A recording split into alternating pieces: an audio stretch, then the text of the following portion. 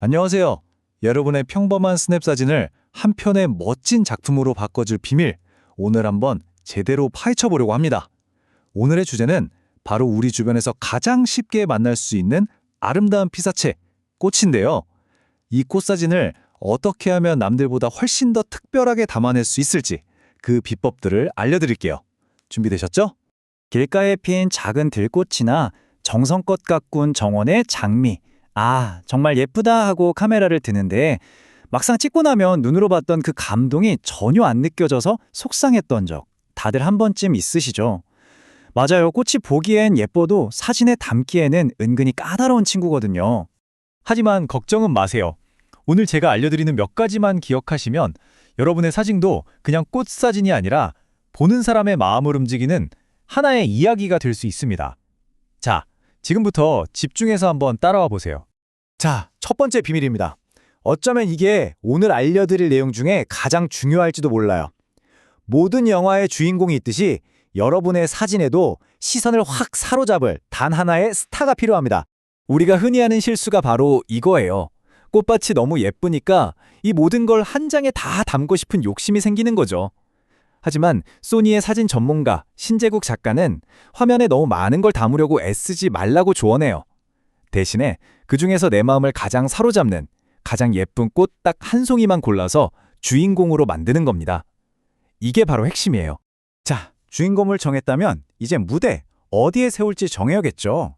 가장 대표적인 방법이 바로 화면을 9칸으로 나눈다고 생각하는 3분할 법칙이에요. 선들이 교차하는 지점 어딘가에 꽃을 두면 사진이 훨씬 안정적이고 편안해 보이죠. 그런데 만약 여러분이 고른 꽃이 아주 대칭적인 모양을 가졌다면 그럴 땐 과감하게 정중앙에 배치해보세요. 그 꽃의 형태와 디테일에 시선이 완전히 압도되는 아주 강력한 효과를 줄 수 있습니다. 좋아요. 주인공도 정했고 위치도 잡았습니다. 그럼 다음 단계는 뭘까요? 네, 바로 배경입니다. 솔직히 말해서 그냥 찍은 사진이랑 전문가 사진의 가장 큰 차이가 바로 이 배경에서 드러나거든요. 맞아요. 주인공인 꽃은 정말 예쁜데 그 뒤에 막 다른 잡초들이나 나뭇가지들이 정신없이 얽혀 있으면 어떻게 될까요?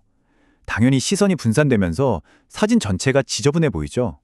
이게 꽃 사진을 망치는 가장 큰 주범입니다. 이 지저분한 배경 문제를 해결해줄 마법 같은 기술이 바로 아웃포커싱입니다. 주인공 꽃만 선명하게 나머지는 전부 흐릿하게 날려버리는 거죠. 이름만 들으면 되게 어려워 보이죠? 전혀. 딱 이 세 가지만 기억하시면 됩니다. 첫째, 줌을 쭉 당겨서 멀리서 찍고요. 둘째, 카메라 설정에서 조리개 값, 즉 F값을 최대한 낮은 숫자로 맞춰주세요. 렌즈의 문을 활짝 여는 거예요.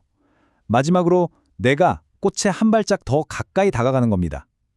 이 세 가지가 합쳐지면 초점이 맞는 범위가 아주 좁아지면서 꽃 뒤의 배경이 꿈처럼 부드럽게 흐려진답니다.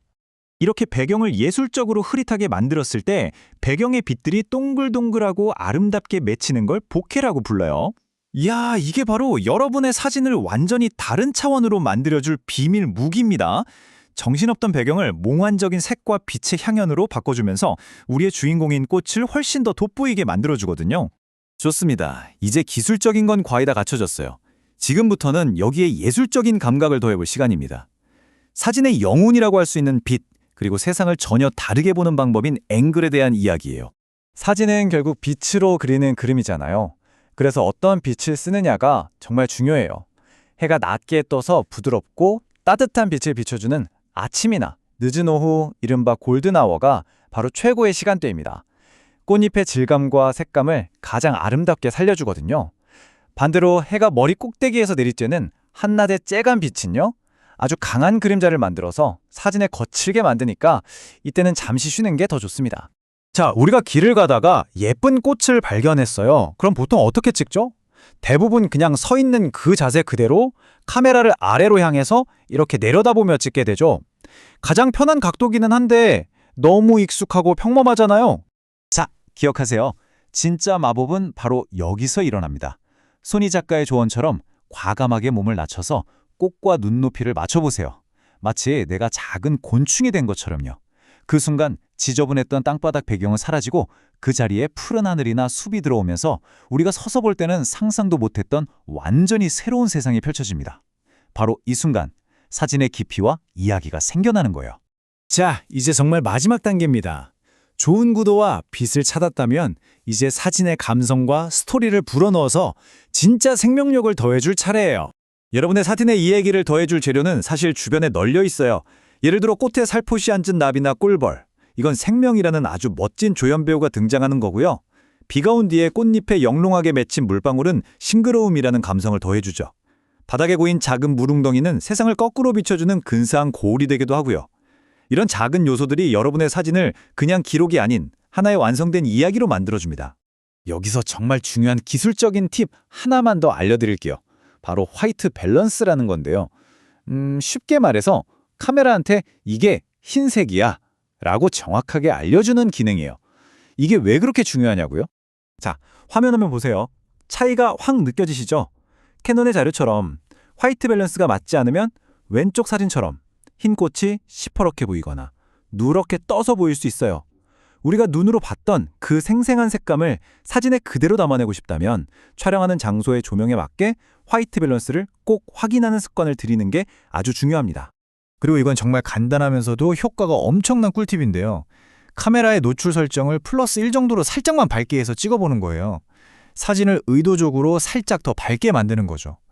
특히 실내처럼 빛이 좀 부족한 곳에서 이렇게 찍으면 꽃이 훨씬 더 화사하고 생기 있어 보이는 마법 같은 효과를 얻을 수 있습니다. 자, 오늘 함께 알아본 4가지 핵심 비밀, 우리만의 치트 시트로 한번 정리해볼까요? 첫째, 수많은 꽃들 중에서 마음을 끄는 단 하나의 주인공을 찾으세요. 둘째, 배경을 부드럽게 지워서 주인공만을 위한 무대를 만들어주세요. 셋째, 몸을 낮춰 따뜻한 빛 속에서 꽃의 눈높이로 세상을 바라보세요. 마지막으로 빗방울이나 작은 곤충 같은 마법을 더해서 당신만의 이야기를 완성하는 겁니다. 이 4단계만 기억하시면 돼요. 이제 이론은 완벽해졌습니다. 하지만 가장 중요한 건 직접 카메라를 들고 밖으로 나가서 이 비밀들을 하나씩 시도해 보는 거겠죠.